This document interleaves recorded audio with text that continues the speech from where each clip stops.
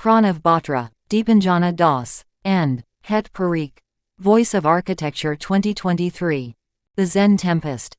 A sensory museum unraveling the scars of Japan. Designed by Pranav Batra, Deepanjana Das, and Het Parikh. Introduction.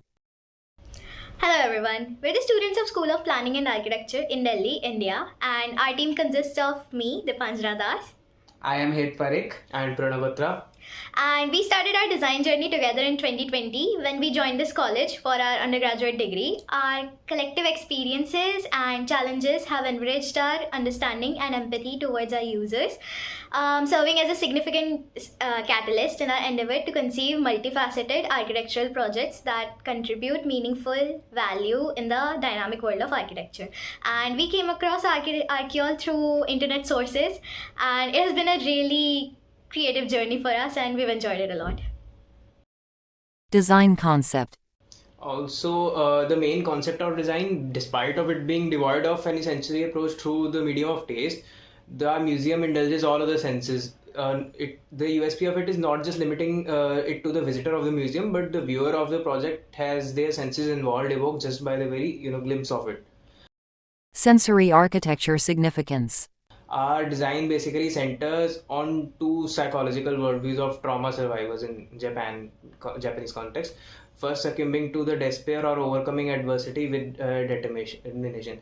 We've created two distinct paths in our museum that represent these experiences through your sensory engagement, focusing on auditory, visual, and olfactory elements as well. This design basically aims to convince the essence of these two philosophies. To create an immersive experience, we've utilized various elements like we manipulated lighting, incorporated natural daylight, and use of both light and dark spaces to engage the visual senses together. We have also employed captivating color schemes and compositions in the design. For the sound part, we introduced like clinking broken glass and sound of ocean waves to represent the red kintsugi crack, which served as navigational guide.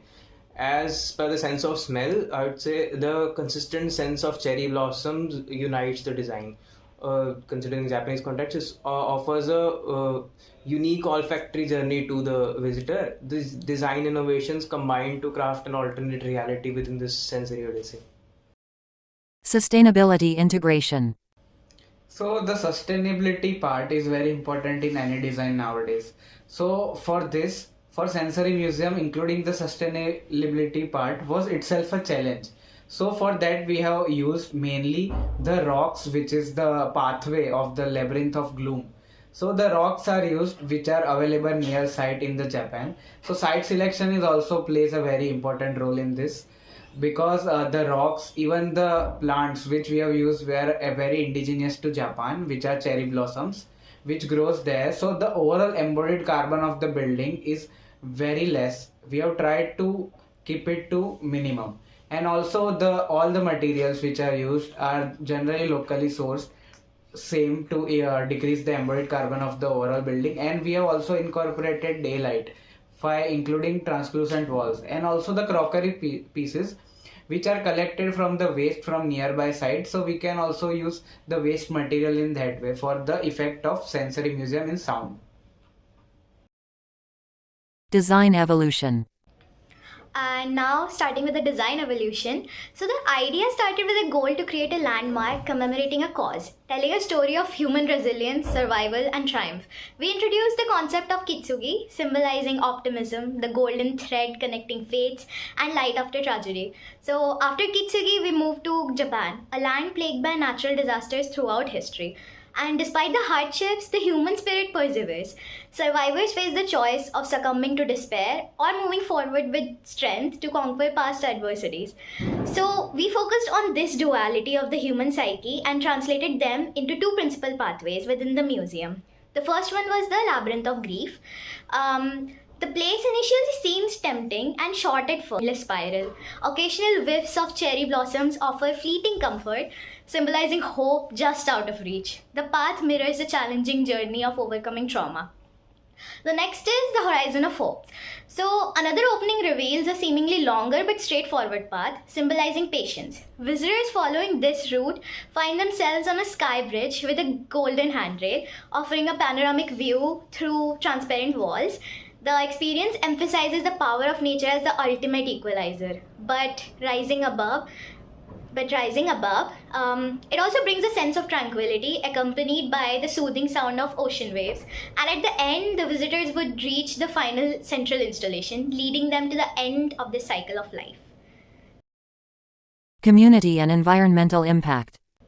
Now, for the community and environmental impact, targeting to involve the entire contextual community was a primary objective during our design process, and which hence led to the selection of Japan as the site for design, where they share a mutual theme which brings everyone together and to come out of those miseries collectively. So the design provides with an optimistic approach towards their melancholies. Therefore, incorporation of multiple sensory approaches makes this transition more efficient and with a profound eternal impact, as mentioned above. Advice for aspiring designers.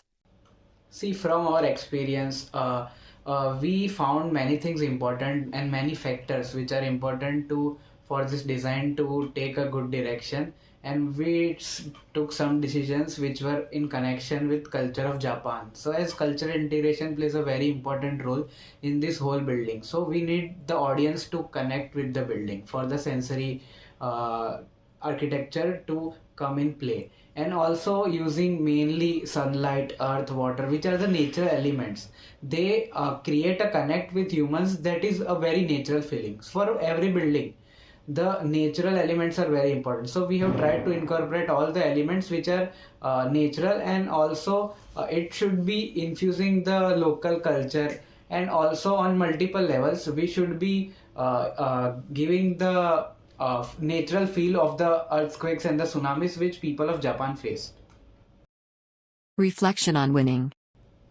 So lastly, what we felt winning this competition was amazing to be in the top 3 in this competition, and we really look forward to participate more and improve. And it was a great experience creating this museum as a whole. So we are really grateful to the jurors as well to provide us with their valuable feedback on our design. Being specific to sensory design approach in architecture, when creating a space, a sense of connection is with the space and belonging in imaginary terms in the space is very vital to create a balanced, decipherable, and a meaningful kind of experience for the visitors, as indulging in senses plays a vital role these days in any place. So yeah, that's it. Thank you. Thank you. Thank you so much.